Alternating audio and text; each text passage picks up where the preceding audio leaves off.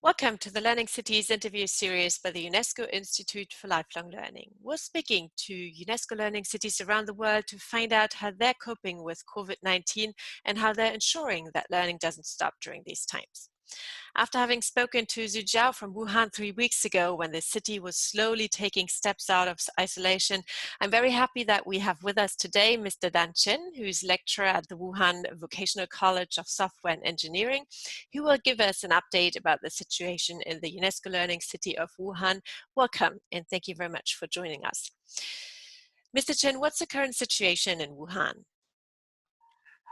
Thanks for your concern for Wuhan. As you might have known, restrictions on outbound travel were lifted on April the 8th, which marks the 76-day lockdown came to an end.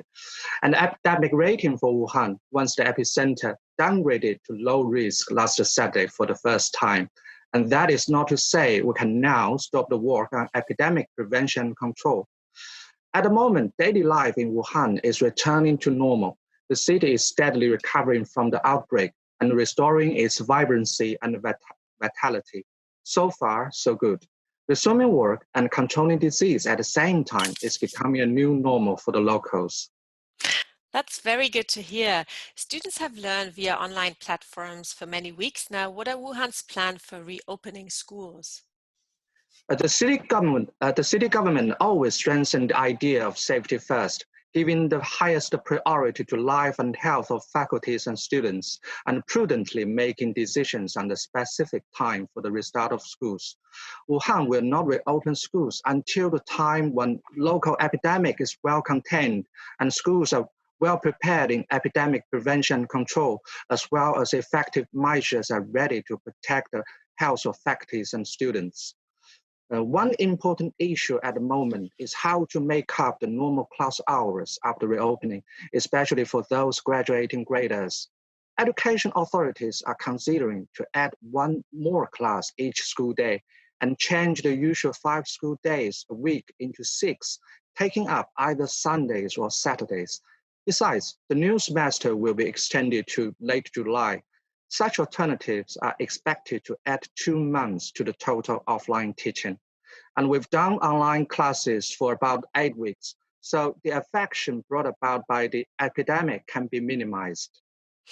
Thank you very much for these insights. Will all students return to school at the same time? We're not reopening all schools on a one-time basis, but in a staggered manner, one careful step after another. Students in Senior 3 will be the first group to resume their classes, Junior 3 the second, then non-graduating graders in primary and secondary schools. Vocational high schools have the same timetable as general high schools, and finally, kindergartens. Resumption day for Senior 3 graders was announced earlier this week by provincial government, which is going to be on May the 6th, and the Junior 3 will be announced later by Municipal Education Bureau after approval by higher authorities. As for colleges and universities, those held by municipal level will act synchronically with their provincial or ministerial counterparts. Thank you. So step by step, how will you ensure safety and health of teachers and students alike when they return to school? City government have already equipped all schools with automatic infrared thermometers. In addition, masks, disinfectant, and temperature guns are also in place. Besides, a guidebook has been released by Education Bureau, which identifies objectives, techniques, and methods in campus disease control, with highlight on key areas, key links, and key people. The content of this guidebook was made into video program, which was being widely broadcast both on TV and WeChat platform. In preparation for reopening, the Bureau also made procedures on health monitoring and disposal, aimed to form a closed walking circle featured with early preparation, early detection, early quarantine, and early disposal. Meanwhile, schools are conducting thorough sanitation and disinfection and many other preventive activities to meet the reopening accreditation held by government. No qualification, no reopening. Thank you.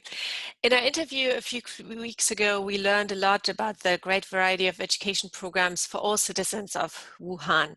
How does the city continue to provide mental health education for its residents?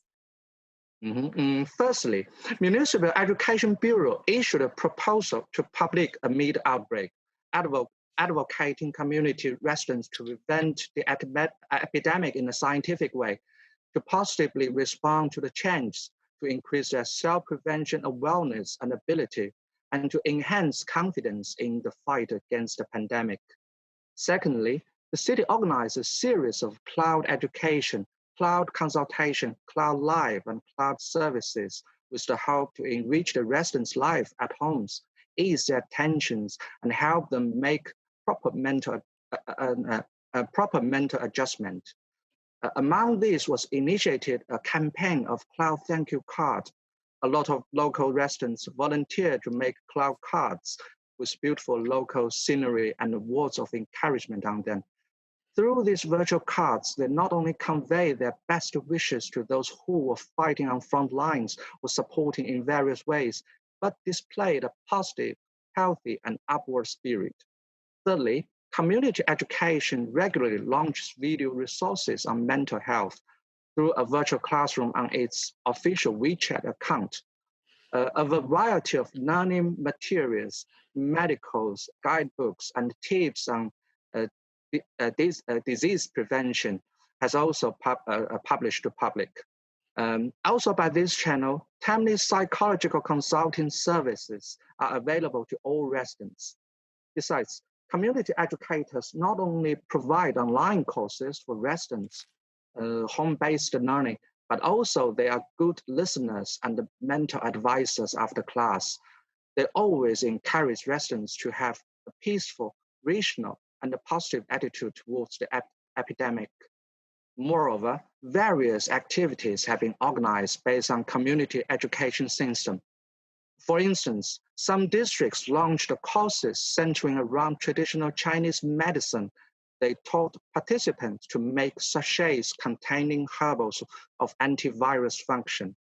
Then the sachets were given away to health workers, the poor, the disabled, and young pupils. Everyone, no matter giving or receiving, experienced joy and happiness and gained confidence to defeat the pandemic. Lastly, community educators and volunteers pay special attention to those who have recovered from COVID-19 or returned from quarantine, help them deal with their anxieties, lead them out of the shadow, and encourage them to restart work and life optimistically. Thank you very much for this comprehensive description of all of the measures that you've taken. Is there anything else that stuck out to you in Wuhan's response to the coronavirus? Since early February, many of my colleagues from education system, together with personnel from government and state-owned enterprises, have been temporarily assigned to posts in residential communities. They are called, literally in Chinese, immersive community workers. They have been working with grassroots community staff, property managers, and volunteers from all walks of life, making every effort to make sure all locals can maintain basic life at home. In the toughest time, they helped organize group purchase for the food and other necessities and then distribute them.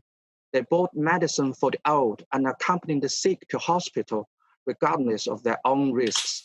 They stuck to their posts with no slackness, helping people door by door. Sometimes they had to answer telephones even late at night to comfort those who had infected family members.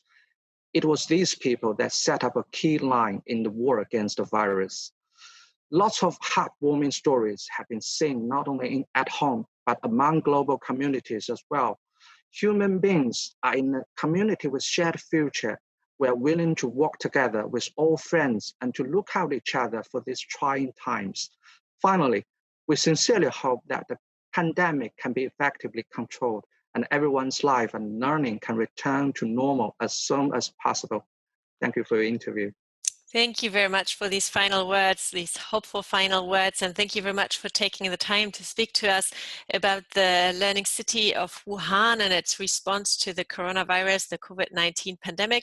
Thank you everyone for watching. Stay healthy and goodbye.